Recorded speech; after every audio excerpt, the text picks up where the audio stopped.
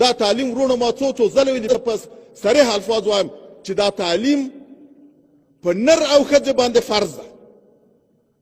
علما کرام دلته موجود دي، هیڅوک د دې له وجود له فرضیت انکار نشي کولی. دا مطلق فرض ده، په نر او په ښځو باندې فرض ده.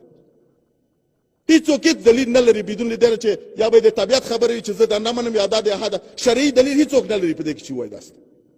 دلته په لسګونو په سلګونو فتواې موجود دي.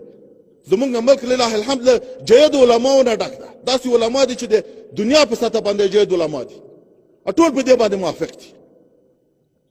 باید زر تر زره تعلیم زمینه مساعده سي، زر تر زره باید په افغانستان کې د مکتبو او د مدرسو دروازې د ټولو په مخ باندې خلاص سي.